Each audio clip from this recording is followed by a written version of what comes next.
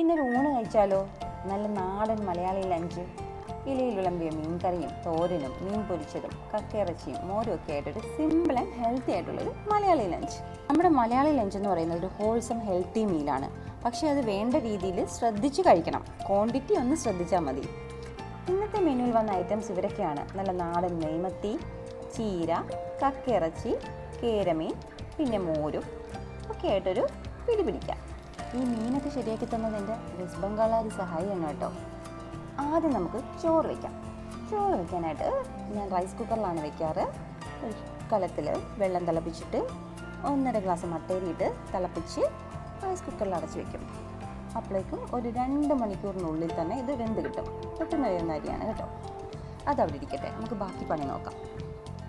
ആദ്യം മോര് കാച്ചാം. തേങ്ങയും ഉള്ളിയും തൈരും ഒക്കെ ചേർത്ത് അരച്ചെടുത്ത മിക്സ് ഇതിലേക്ക് ഒഴിച്ച് മോര് കാച്ചുന്ന പണി തീർക്കും. അപ്പോഴേക്കും മീൻകറിക്കുള്ള അരപ്പ് തിളച്ച് വന്നിട്ടുണ്ട്. ഇതിലേക്ക് മത്തിക്കൊട്ട മാറിയിട്ടൊന്ന് തിളപ്പിച്ച് വറ്റിച്ച് കുറുക്കിയെടുക്കാം. എനിക്ക് മത്തി ഭയങ്കര ഇഷ്ടമാണ്.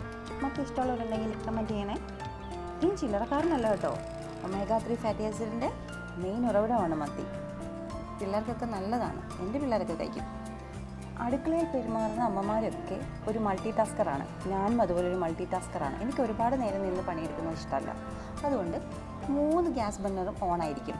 ഇത് തിളയ്ക്കുമ്പോഴേക്കും നമുക്ക് ചീരത്തോരൻ ഉണ്ടാക്കാം. അതിനായിട്ട് ചട്ടിയിൽ കടുക് പൊട്ടിച്ച് ചീരയിട്ടു, തേങ്ങ അരപ്പ് ചേർത്ത് വെച്ച് നന്നായിട്ടൊന്ന് ഇളക്കി വെക്കാം. കുറച്ച് നേരം അടച്ച് വെച്ച് കഴിയുമ്പോഴത്തേക്ക് റെഡിയാവും. ആ സമയത്ത് അതൊന്ന് മയങ്ങി വരുമ്പോഴേക്കും നമുക്ക് കക്കയിറച്ചിനെ തോരൻ കം റോസ്റ്റ് ഉണ്ടാക്കാം. ഇറച്ചി ക്ലീൻ ചെയ്തതാണ് കേട്ടോ. ഇതിലേക്ക് സവാള, ഇഞ്ചി, വെളുത്തുള്ളി, പച്ചമുളക്, കുറച്ച് മസാല, തേങ്ങ, ഉപ്പ് ചേർത്തൊന്ന് മിക്സ് ചെയ്തിട്ട് 5 മിനിറ്റ് വയ്ക്കുക. എന്നിട്ടൊരു ചട്ടി വെച്ച് കടുക് പൊട്ടിച്ചൊന്ന് റോസ്റ്റ് കം തോരൻ പരുവമാക്കി എടുക്കുക. എനിക്കൊരു സ്വഭാവമുണ്ട്, കാണുന്നതിലൊക്കെ തേങ്ങ വാരിയിടും. അതാണ് ഈ കണ്ടത്, കക്കയിറച്ചി തോരൻ കം റോസ്റ്റ് ആയത്. വെസ്റ്റ് ബംഗാളുകാരി സഹായം ഉള്ളത് കൊണ്ട് ഇതൊക്കെ നടക്കും. കുക്കായി വരുമ്പോഴേക്കും നമുക്ക് കേരമീൻ അരപ്പുരട്ടി വെക്കാം. കുറച്ച് മസാലയൊക്കെ ഇട്ട് നോർമലായിട്ടുള്ള മസാലാസ് യൂസ് ചെയ്ത് അരപ്പുരട്ടി വെച്ചിട്ടുണ്ട്. ഇനി ഇരുമ്പ് ചീനിച്ചട്ടിയിലേക്ക് നമുക്ക് കുറച്ച് വെളിച്ചെണ്ണ ഒഴിച്ചിട്ട് മീൻ കുട്ടന്മാരെ ഒന്ന് വറുത്തെടുക്കാം. ഒരുപാട് അങ്ങ് മൂക്കുന്ന പരുവം എനിക്കിഷ്ടമല്ല, ഒരു മീഡിയം പരുവത്തിൽ ഒഴിപ്പിച്ചെടുക്കാം. കുഞ്ഞു ചീനിച്ചട്ടി ആയതുകൊണ്ട് ഒരുപാട് എണ്ണയൊന്നും ഒഴിക്കേണ്ട ആവശ്യമില്ല. കുറച്ച് എണ്ണ ഒഴിച്ചിട്ടൊന്ന് അങ്ങ് ഷാലോ ഫ്രൈ ചെയ്തെടുക്കുന്ന പരിപാടിയാണ് എനിക്ക്. ഇത് നമ്മുടെ ചീരത്തോരനും കക്കയിറച്ചിയും മീൻ കറിയും ഒക്കെ റെഡി ആയിട്ടുണ്ട്. ബർണറെല്ലാം ഓഫ് ചെയ്തു. ഇനി അടുത്ത പണി നമ്മുടെ ചോറ് ഊറ്റിയിടാം. വാർന്നിട്ടു. ഈ ചോറ് വാർക്കുന്ന ഈ സംഭവം എനിക്ക് ഭയങ്കര ഹെൽപ്ഫുള്ളാണ്. ഇത്ര അറിയാൻ വയ്യാത്തവർക്കും ഇത് യൂസ് ചെയ്യാൻ നല്ലതാണ് കേട്ടോ. അപ്പോഴേക്കും നമ്മുടെ കറികളെല്ലാം സെറ്റായിട്ടുണ്ട്. ചോറ് വന്നു, മോരുകറി വന്നു, മത്തിക്കറിയും മീൻ പൊരിച്ചതും വന്നു, കക്കയിറച്ചി തോരനും ചീരത്തോരനും വന്നു, മാങ്ങാച്ചാറും വന്നു. ഇനി ഇതങ്ങോട്ട് വിളമ്പി കഴിച്ചാൽ മതി. നമ്മുടെ മലയാളി ലഞ്ച് അത്യാവശ്യം ഹെൽത്തിയാണ് അല്ലേ?